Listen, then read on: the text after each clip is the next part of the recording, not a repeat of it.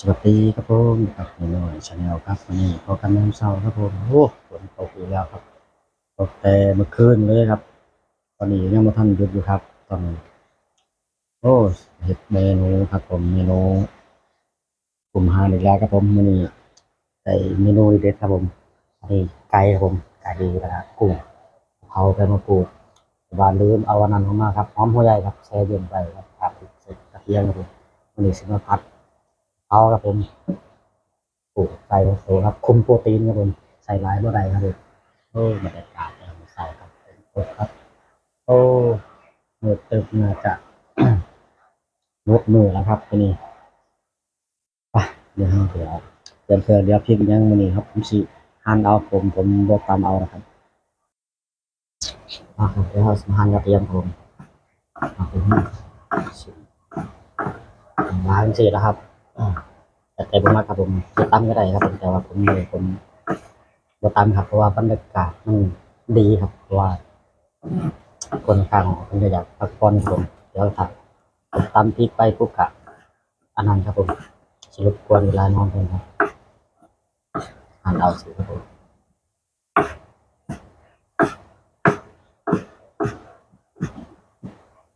นี่ครับเริ่มสิบอกคมปันไดครับ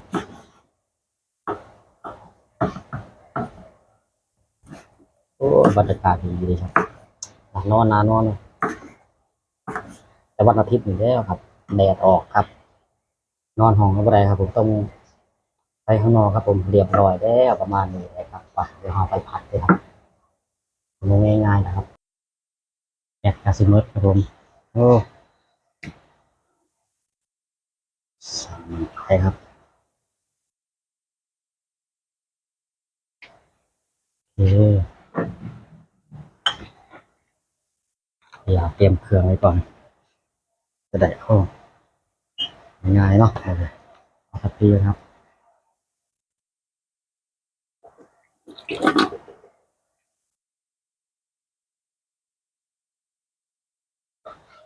บรรยากาศดีดีครับ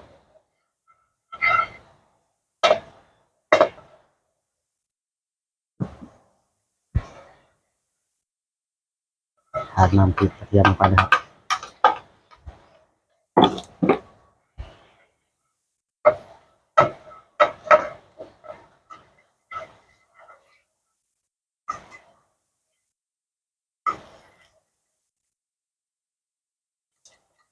ออกเป็นหอมครับผม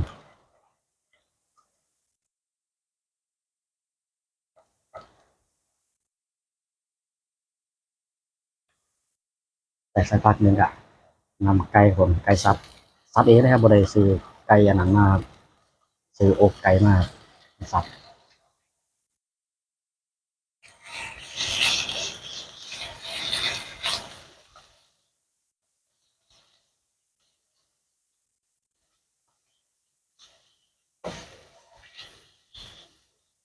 ตอนแรกก็สิลวกกุ้งก้อนนะครับผมเสียเวลาครับใส่น้ำไปหน่อยนึงครับผม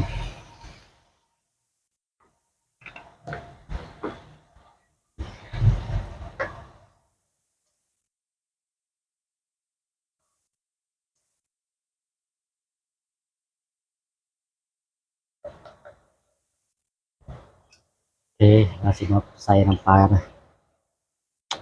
ปลาแท้ครับผมน้ำปลาสดตอนลดโซเดียมครับแล้วก็ซีอิ๊วดำโอเคแล้วสเต็ปก็ประมาณนี้จากหน่อยนึง ใส่ร้ายบ่ได้ครับผมเดี๋ยวไตมันสิทำงานหนัก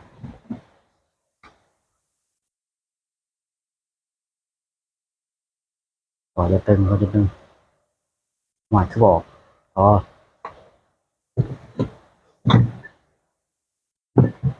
โอ้เครื่องเฮียมเอ้ยใส่ได้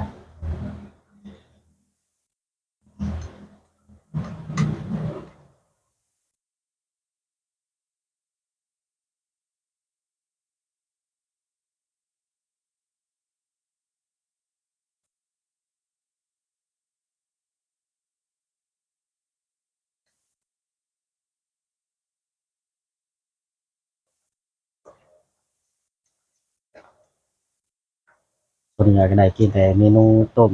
นึ่งนะครับผัดนี่แหละครับผมตัวนี้แบบนอกรอบเอาครับเดี๋ยวจะใส่อันนั้นครับหน่อยหนึงให้มันแบบมีรสชาติแต่ว่าใส่บ่หลายได้ครับใส่แบบนิดเดียวพอครับพอนี่ก็เอิ้นว่าอย่างสารอาหาร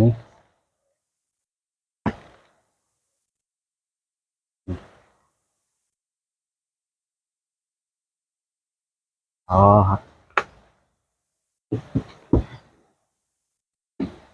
โอ้กระสุกแล้วดิ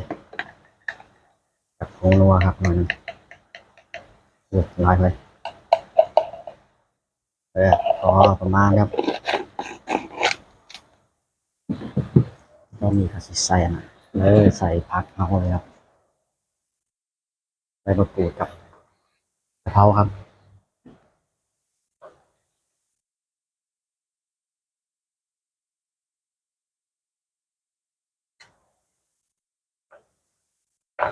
อันนี้ผมกิน3 คาบนะครับเที่ยงเช้าเช้าเที่ยงแล้วก็ตอนแรกครับตอนแรกมันสิเหลือน้อยๆหนึงแต่ผมก็สิเพิ่มโปรตีนด้วยไข่ดาวไข่ขาวครับประมาณฟองหนึ่งหรือถึง2 ฟองครับซ้ำนี้ครับผมได้3 คาบโอเคน่าจะสุกแล้วนะครับผม